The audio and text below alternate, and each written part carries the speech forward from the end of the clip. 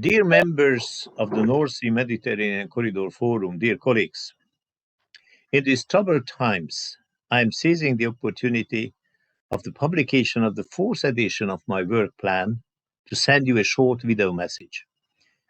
It is a way for me to stay connected to you. Indeed, the current crisis shows that cooperation is needed more than ever. This is especially the case when it comes to the transport system, which is the blood circuit of European integration and European economy. The actual health crisis, followed by a deep economic crisis, has demonstrated the importance of transport for maintaining key supplies and relaunching the economy. The EU has acted quickly and strongly. Just one example was the setting up of the green lanes. Without policy creating a sustainable and innovative transport system through greening and modal shift, through making transport infrastructure more efficient and more resilient, we were and we are on the right track. However, we need to strengthen our actions and the pace of implementation if we want the ambitious Green Deal of President von der Leyen to be successfully implemented.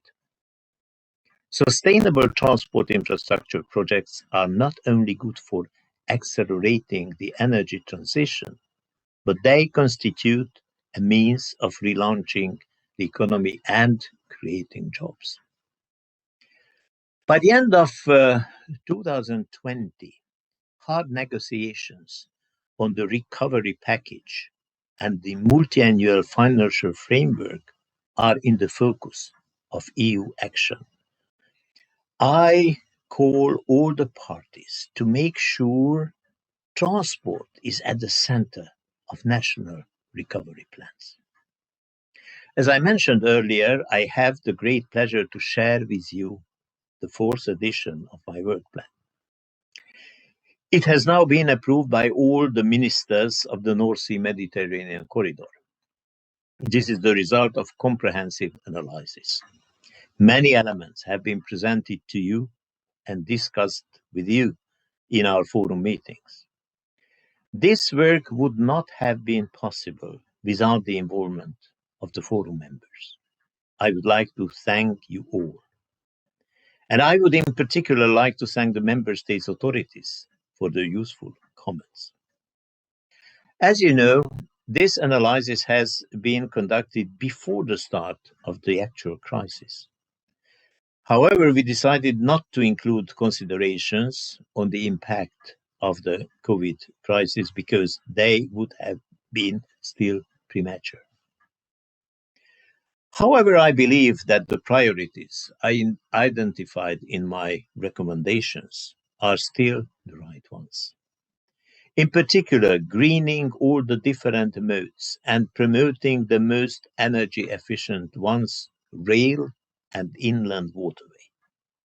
In practice, this means deploying alternative fuels on a large scale, accelerating the deployment of ERTMS and on the possibility to run 740-meter trains, ensuring the running of P400 loading gauge trains, decongesting the main railway nodes, eliminating the operational barriers to boost rail freight, completing and modernizing the corridor high-capacity inland waterway network, with special regard to the Seine-Skald, which is more resilient to climate change.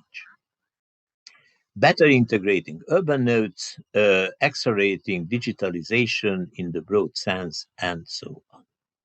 These are still the right priorities. Nevertheless, I am convinced that we need to accelerate the pace of implementation, not the less to contribute to the recovery of the European economy. In the background, there is still the Brexit.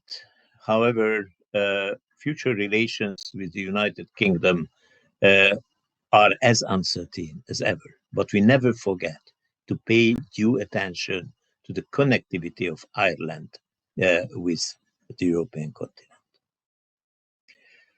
The next forum has been foreseen to take place sometimes in March next year.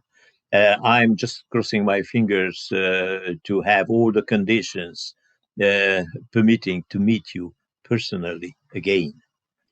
In the meantime, I'm envisaging thematic meetings on the model of the very constructive session I had with the member state authorities beginning of July, jointly organized with my colleague Pavel Wojciechowski and the Rhine-Alpine Corridor to discuss the consequences of the crisis on transport.